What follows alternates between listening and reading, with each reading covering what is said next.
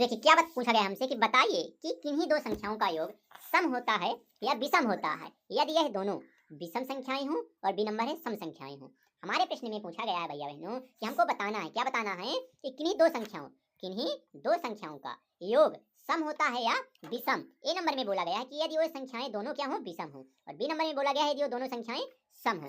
तो आप लोगों को पता है भैया बहनों कि सम संख्या किसको कहते हैं और विषम संख्या किसको कहते हैं। तो मान लीजिए हम किन्हीं भी दो सम संख्या को जोड़कर देख लेंगे और किन्हीं भी दो विषम संख्या को जोड़कर चेक कर लेंगे कि भैया इनका योग क्या होता है, और हमसे यही पूछा गया है, ठीक है ना। तो भैया बहनों हमसे क्या पूछ लिया गया कि विषम बताना है और सम संख्याओं का योग बताना है, और कितनी संख्याओं का बताना है, केवल और केवल दो संख्याओं, उससे ज्यादा हमको नहीं लेना है। तो ए ऑप्शन में हम लोग चलते हैं। तो क्या है, बोल रहा है कि दोनों संख्याएं क्या हो, विषम हो, दोनों संख्याएं विषम हो। तो चलिए हम लोग चेक करते हैं। तो पहला मान लो विषम क्या हो जाता है।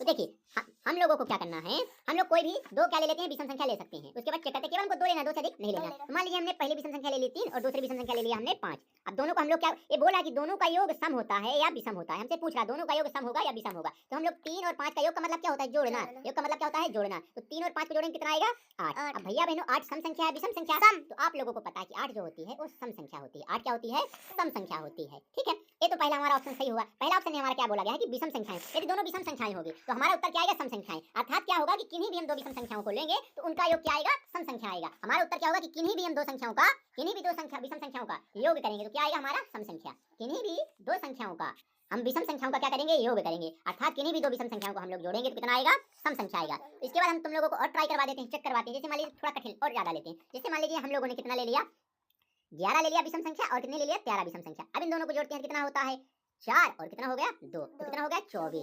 11 और 13 कितना हो गया 24। तो भैया ए भी तो सम संख्या है, क्या है, ए भी तो सम संख्या है, ए क्या है, सम संख्या। तो हम लोग लिख देंगे ए नंबर में क्या लिख देंगे, अतः किन्हीं भी दो संख्याओं का, किन्हीं भी दो विषम संख्याओं का योग क्या होता है, किन्हीं भी दो विषम संख्याओं का योग क्या होता है, सम संख्या होती है। किन्हीं भी दो विषम संख्याओं का योग क्या होती है, सम संख्या। और क्या उदाहरण में हम लोग लिखेंगे, उसके नीचे क्या लिख देंगे, उदाहरण। उदाहरण में क्या लिख देंगे भैया लोगों, देख लीजिए कि 3 + 5 = 8 और क्या लिख देंगे 11 + 13 = 24। तो मतलब दोनों क्या है, दोनों का योग जब हम लोग करते हैं तो क्या आता है हम लोगों का, सम संख्या। और दोनों ही क्या है, विषम संख्या को जोड़ते हैं तो क्या आता है, सम। तो पहली कंडीशन तो हमारी सॉल्व हो गई, पहली कंडीशन खत्म।